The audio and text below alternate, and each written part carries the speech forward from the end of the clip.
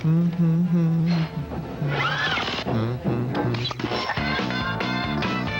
snack bar is open.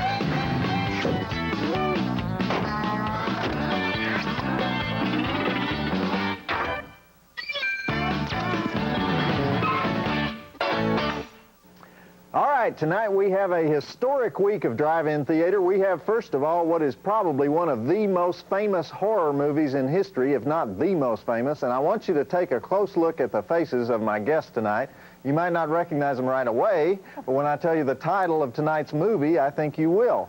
Night of the Living Dead. This is very exciting for me, because joining me tonight for the 25th anniversary cast reunion of the great Ghoul classic filmed in Pittsburgh, the movie that made zombies what they are in this country today, are 4 of the 5 stars of the picture: Judy O'Day, to my left here, Carl Hardman, Howdy. Marilyn Eastman, and Keith Wayne. Now, actually, he was known as Keith Wayne when the picture was made. Today, he is Dr. Keith Hartman, North Carolina chiropractor. Thank you very much. And then we also have with us, and this, by the way, is a world record for the number of guests we're trying to fit on this one set.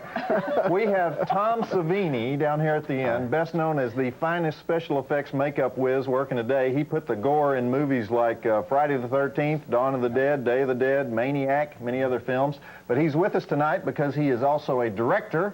He was actually handpicked by George Romero, a friend of George Romero, to do the remake of Night of the Living Dead, which came out in 1990, and which is our second feature tonight. So thanks, everybody, for being here. The longest introduction I've ever done. Our pleasure. Go about. Yeah, terrific. Where do you start on something like this? I want to start with you, Judy, since you are in the very first scene of the movie, and there may be a few people out there tonight who have never seen Night of the Living Dead. So maybe if we identify the characters as we go along, it'll be more fun for them. You play the character of Barbara in the movie. Did you have any idea when you got this part that this would become a worldwide classic movie? Marilyn and I were talking about that in the green room, and I asked her the same question. She said, "Oh, yes, yes." I knew. No, I had no idea. Do people ever recognize you and say, with my short hair? It's long in the movie. It's amazing. They may not recognize right away, but then when somebody mentions it, it's just incredible how many people have seen it, and they're wonderful. Well, it must be thrilling once they realize who you are. It is incredible. Wherever you can. And one of the things that we were able to conserve on was the fact that I was an actor. Well, you were actually a famous child actor, right? I mean, I've read this. Is this? Well, you were on a very famous show called Let's Pretend. Going back, doing radio dramas back in New York City. That's true. And so, so it was a natural thing that I should become. Obviously, you don't Harry like to talk Cooper. about it. Okay. That was a long time ago. Yeah. Joe Bob, and it was 4 or 5 years ago, anyway. Very unkind of you to mention that. Oh, sorry. Okay. Yeah, man. Marilyn Eastman. Yes. You also have a long history as a stage actress, and you're not only Carl's wife in the movie, but you've been Carl's partner for some years. 30 years. 30 years. Yes. And how did you get involved? Well, Careful. when Latent Image called us and said, we understand the latest project you guys were working on has failed, so you're probably not very busy. And we said, that's right. This was a morning radio show that we were doing, comedy radio show. And we did not sign a renewal contract, so we were just left kind of high and dry. We didn't know what to do. And they said, do you want to make a movie? And we said, sure, we want to make a movie, as long as we get parts. And you two had an audio production company in Pittsburgh. Still do, right? And we still do. The same yes. company still exists. Right. And you also did a lot of the ghoul makeup in the movie? Yes. I understand. I did the straight makeup. And you were a ghoul? And I also played a ghoul on days when ghouls were short. For those who haven't seen the movie before, Marilyn is the ghoul who eats the insect. Right, I'm the one at the tree with the hair right down over my face, so that in a close-up people wouldn't realize that it was Helen Cooper, which was the straight part that I played, because that would have been very confusing. I also did the costuming for the ghouls, which just meant rummaging around in everybody's attic and finding clothing. Yeah. And I carried water for the toilet. That was probably one of my best. You're naked with your hair on fire, right? Yes, that was me. And I understand that you're with the, you still work with the Civic Light Opera in Pittsburgh. Yes, sometimes I do some roles with CLO. Okay. And I do extra work in movies. There are a lot of movies being made in Pittsburgh these days. Okay, great. Okay. Dr. Hartman, Yes, sir. how could you do it to us? How could you be the most famous guy ever blown up in a George Romero movie and then choose to be a chiropractor instead of an actor? Answer that one, man. Well, God, boy, that's a big question. I'll tell you. In 15 seconds or less. Well, I decided that I wanted to have just a regular life. Yeah. Just to be a regular person. And I was fortunate enough to, when I was entertaining, I met a gorgeous woman who decided to make her life with me. And I have a 14-year-old son and a 12-year-old daughter. And I have about Ron? I didn't make you. Oh, Ronnie and the Jesters. No. You were a nightclub singer at the time that you got this role. Mm-hmm. And what can you tell us about that? Well, the best I can recall is that it was an interesting, when they screened me for the film. He's got himself in a box. Yes, I've got myself in a box here, and I can't make myself out of this box. And I'm doing the best I can. Okay, go. I gotta roll. Okay. Anyway, they called me, and I was at the beach, and I was working, and they said, please come up here and do this film. Because we looked at your screen test, and you look good, and we want you to do this movie. And I said, hey, send me the $1,500 and the contract, and I did it. And you ended up being you were telling me earlier. Only paid person. The only person that got paid because these everyone guys, else nobody got no money. had a piece of the movie, and you just got your money up front. I asked my father, the mill worker. He said, take the money, son. So, and also now, I should mention, you have a big emotional scene in the movie, which I understand was written like about 30 minutes before you actually did it, like at 5 a.m. I said, we won't give away the scene, but you don't remember it all, do you? Not at all. You see this? You see these eyes? They're vacant. They're vacant, Joe Bob. They're vacant. Okay. No, really. Okay. He's right. He's right? Is he right? It's a famous story about the movie. And obviously you weren't around the writers at the time. But now, and let me ask you about one more thing. Another person who's not here is Judith Ridley, who played your girlfriend in the movie. Do you ever see Judith? Do you ever know what happened to Judith? I have no idea. Okay. I'd like to see her Still again. in Pittsburgh. She's still in Pittsburgh. It would be wonderful. Just like seeing these people again, Joe Bob. For you to bring us together is a real, for me personally. Will never be the same. Hey, we're the ones that are thrilled. We're the ones that are thrilled. They closed the hotel after the reunion in the lobby because we made terrible scene, and Did we we do mentioned your something name wrong? a lot. Oh, well, thank They you. would know who to blame. We said you were responsible for everything that happened. Okay, There finally. was destruction. All right, Keith, all right. Finally, we got Tom Savini. Tom, do you know all these people, by the way? Yes. Already? Yes. Okay. I just met him, though. Okay, well, we're going to have plenty of time between the two movies to talk more about what went on during the filming of what many consider the greatest horror film ever made. But let me ask you first, Tom, what do you think made this film that we're about to watch such a great flick? Well, there were so many new, at the time, there were new things happening. As you said earlier in the green room, the death of Marilyn by the daughter, child with a trowel. I mean, they hadn't seen anything like that. Then movies like that, well, splatter movies, let's say. That you could call this the first splatter movie. The last 10, 15 years have been crazy with splatter movies. Thank God they're ending and the creatures are coming back. But it was that, it was the black and white, and it was, okay, there was a lot of errors in the film. There was no continuity of it, you know what I'm saying? What do you mean by that? No, but it gave a spontaneous, real kind of a documentary sort of a feel to it. You thought maybe Maniacs made this movie because you had a 16 millimeter handheld camera, kind of grainy. Exactly. It was documented. There was overlapping dialogue. It's all those wonderful little directorial things that people try to do to make you feel that it's real, and it had it all. Great. Okay, all right. Well, let's watch it, and then we'll continue our 25th anniversary celebration. I have some questions to ask everybody, but I don't want to give away the plot. For those who haven't seen it, there may be a few. So here we go. The movie Roger Ebert hated so much that he wrote an article for Reader's Digest condemning it.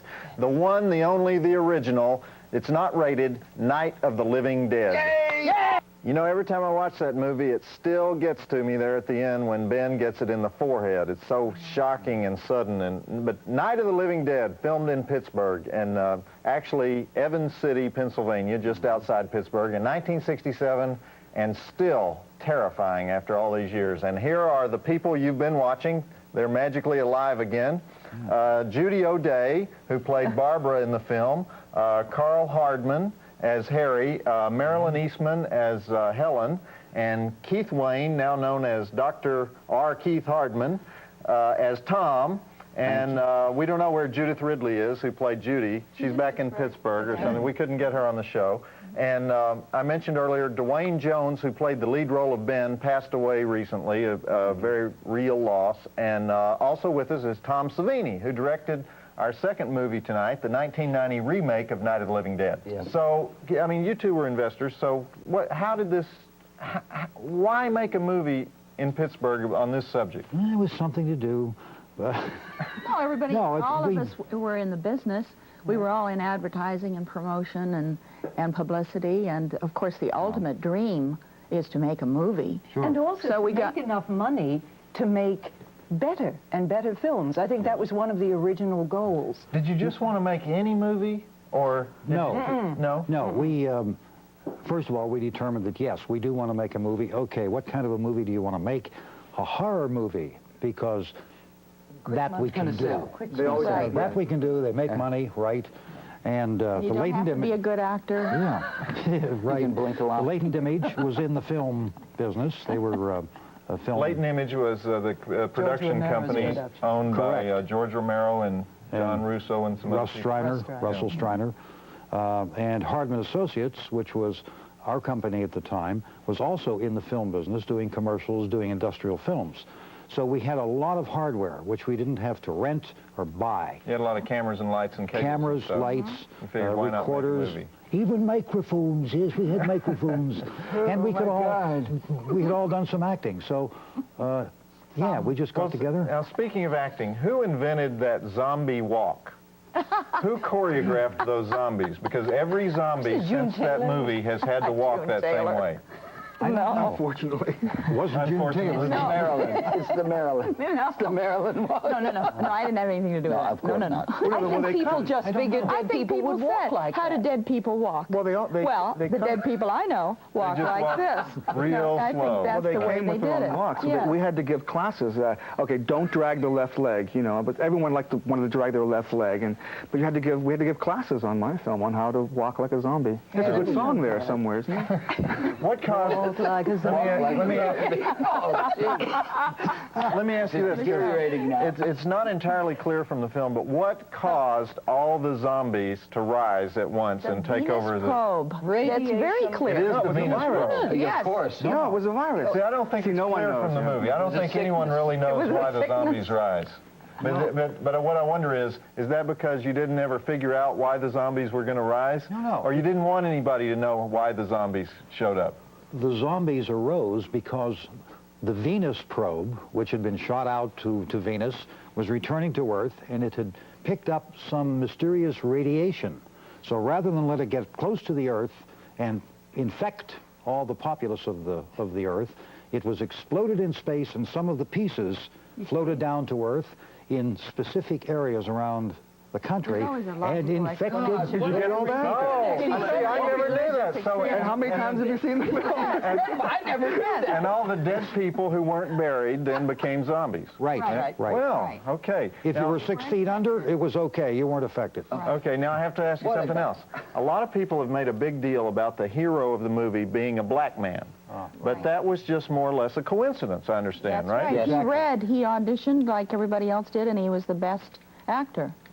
So it was truly colorblind casting. It wasn't, you weren't trying to make a message or anything. And yet that's one of the things that made it unique And at what's that neat point about in the movie, time. yes. Yeah. At that point in time. But if you ever read Roger Ebert's review of the movie in 1968, I think it was, he refers to Dwayne all the way through as the Negro. And then the Negro enters the scene, and boards up the windows. So Roger wasn't exactly colorblind in the way he No, watched it. it's very strange. And I'm sure he didn't mean disrespect at the time, but it was very, very strange. Another thing, Carl and Marilyn, that was really your real-life daughter down there in the cellar, right? Yeah, my daughter. Your My daughter. daughter, Oh, right. okay. How did you tell your daughter she had to eat the flesh of her daddy? Oh, boy. I want to hear this one. Yeah, this is good. Oh. It really wasn't any problem at all. I said, here's what you have to do. I'm going to lose, well, we've seen it, yes. I'm going to lose my arm, and you've become a ghoul, so we're going to give this hoagie to you, and you pretend it's my arm, and you just eat the hoagie. Was it with a lots? hoagie? Yes, it was, Yeah. it was a hoagie. What was on it? wasn't Chocolate syrup? Or? Chocolate syrup. Bosco. Bosco. Pretend it's daddy's arm and Right. eat it. Right. And so a kid says, fine. Because on the set, it was Bosco syrup, Yeah. and there was laughter and fun. And it was Mom and Dad and everybody. Yeah, She loved no, it no, when, remember when when Dwayne pulls the dead woman, corpse? The skull that we see? At the top of the steps. And pull the corpse away. Yeah. She lay down on the That's floor, we covered her with the carpet, and we pulled her away. So that's kind That was also my daughter, Kyra. Oh, you mean she was in the carpet? Oh. Oh, yes. Okay, So- Keith, Yes. do your patients think you're famous? Nope. They just think I'm good. Okay. Oh, look at All the right. hand. Okay, Tom, we're about to watch your version of Night of the Living Dead, finally, your remade version, which George Romero worked with you on. He produced and did the screenplay. How much did you want your actors to resemble the actors from the original movie? Well, when you see the film, I wanted, that was a prime motive of mine, is to cast my actors to physically resemble everybody in the original movie, except for Barbara, because Barbara takes a twist that is not in the original film that you'll see. And also, the actress that I wanted does not resemble Barbara. So those two reasons, that's the only difference is Barbara. But everyone else, as you'll see, resembles the original cast. I didn't want the audience to feel a separation. I wanted to get to involve them. And so, and the movie is so famous and everyone's so familiar with it. It was almost too famous. Exactly. Yeah. The more the people look like the original cast, I thought that I would be ahead of the game by doing that. Yeah. Now, when you first announced this, I think a lot of people said, you know, why remake a classic movie? Because people thought it would be like remaking Psycho or something. So how did that come about? And did you have doubts about whether to do that? No, I didn't care at all. Oh, okay. I didn't care. Why should I care if somebody says, well, why are you making it? Well, there's a lot of reasons why we're making it. They remake classics all the time. You know, this is just, I didn't care, to answer your question briefly. But you were obviously a fan of the original film. Oh, yeah, absolutely. Sure. And was this something that George Romero had always wanted to do, or? I can't answer for George. I don't know. I think he was shopping some projects around, and he was able to raise money for the title of Night of the Living Dead. You know? Okay. Well, I have to admit, I was one of those doubters at first. I thought, how can you remake this movie? But you convinced me, because thank you. with color and special effects that you put in that they didn't have the advantage of in the first movie, and zombies that are really, you know, kind of out-zombie the original zombies, and you changed the story just enough to keep us going there, and I don't want to give that away, but we can get to that later if you want. Okay, we'll talk about that after the movie, but what do you guys think of the remake? Have you all seen the remake? I was nervous going to see it. Well, you have friends in the film, too. Oh, yeah. But when I saw it, I thought it stands alone as its own film, and the original Night of the Living Dead still holds up. So they were two, in my mind, they were two distinctly unique films, and I enjoyed both of them. And they very much, I think both of them have the style of their decade. Yes, exactly. And so it makes them very different films. Which is why perhaps they stand apart, too. I wish you could see the uncut version of the film. Ooh. Aren't we seeing the uncut version? Oops. We almost always show the uncut version. This is the released version. No, that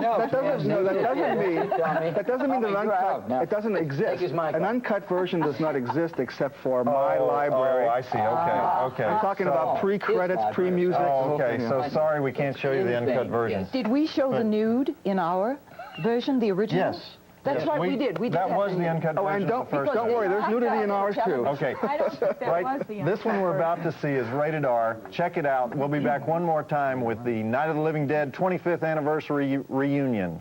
Thank you. No, nobody. Well, there it is, a first on cable. Night of the Living Dead, both versions, 1968 and 1990, back-to-back in one double feature. And with me are the people that made it possible. Tom Savini, director of the remake we just saw. How about a hand for Tom? That's a very powerful movie, Tom. Thank you. We've come Congratulations on that. And then we were having so much fun with the cast from the 1968 flick that we asked them to stick around. Keith Hartman, Marilyn Eastman, Carl Hardman, Judy O'Day. And Tom, let me ask you, was that a big decision to change the character of Barbara so much? You mentioned it before we started the movie. Well, George and I were at his house in Florida. We were talking about who can we bring back? And George says, nobody, they're all dead. And I thought a bit long. I said, well, not really. Barbara was only removed from the house. You never see her killed. Why doesn't she grab a gun or something and come back and help these people? And he took that, and he actually evolved her in the script into this Sigourney Weaver-type female hero that we all know and love now, you know. Do you guys like horror movies, or did you just happen to get involved with a horror movie? Marilyn, I know since you're an opera singer, we're all pretty far removed from I thought you were with the Civic Light Opera. Yes, but that doesn't mean... You don't That sing? means you're loud. That just... Sing for us. You gotta be loud. You know, that doesn't mean you can sing. Well, you don't, I'll put it this way, you don't strike me as a horror movie fan. Oh, yes, I was. You were? I was. Okay. Although now they're too strong for me. I mean, now, it isn't that they frighten me that much. It's, you know, I just don't care about them as much now. But I never figured that Living Dead would be so frightening. And I had a couple of unsettling experiences with that. Because even after it was released, I didn't find it that frightening. But I remember taking my kids and some of their friends to see it when it played at a local theater, and turning and looking at the little boy sitting next to me. It was a neighbor, and he was terror-stricken. And I felt so bad because I had brought him to see this, and I didn't really expect it to have that effect on him. But he probably got home and said, Mom, I was terror-stricken. It was neat. I don't know. But he was genuinely afraid. But that's exactly the kind of reaction my children had. And they looked at me and they said, Dad, I can't believe it. This happened to you, didn't it? I said, no, that's a film. They thought it was reality. Yes. Yes, they did when they first, I mean, they were younger when they first saw it. Not 14 and 12, but, you know. Well, my daughter is 7, and every time we go to see a horror movie like Dracula, she wants to go back like 2 or 3 times, and we'll sit there, and she's 7, and she'll go, oh, no, that's gelatin, right? No, is that human hair or yak hair? Well, growing up in your house. Well, exactly. Sure. You know what my kid said? My kid said, Mom, when he knocked you out, you crossed your eyes. So did this movie change your lives in a way? Oh, yes. Yes? Yes, I think so. How? It's, No, that's your question. oh, Joe Bob. how? Oh, how? To say how, Joe. Well, you told me you didn't make that much money off of the movie, right? No. That's for sure. But there must be, I mean, here 25 years later, people still want to see this movie over and over again. There must be some effect on you. Well, your names will always be synonymous. Yes, it's our little slice of immortality, if you will. Yes. You got it. Every time I do a theatrical show, and in the credits, they'll put Night of the Living Dead, people react to they're that. bound to And you still have that. For me, it's just, that was a form of life. Well, where are you in North Carolina? Right outside of Raleigh, North Carolina. Hey, Terry. we're on TV there. Now Terry. they're not going to leave you Hello. alone after this. Yeah. Okay, well, listen, I want to thank everybody for being here. This has been a great thrill for me. Y'all hang in there, make another one. We need more Pittsburgh movies. Yes, We're trying, Ready believe to me. do it, Igor. I'm ready. Next week on Drive-In Theater, which is Christmas weekend, by the way, we'll have a couple of excellent pictures from Full Moon Entertainment. Actually, 2 of the best ones that Full Moon has ever made. Doll Man, a comic action fantasy starring Tim Thomerson as a super cop from the planet Arturos, who travels 10,000 light years by mistake and lands in the South Bronx.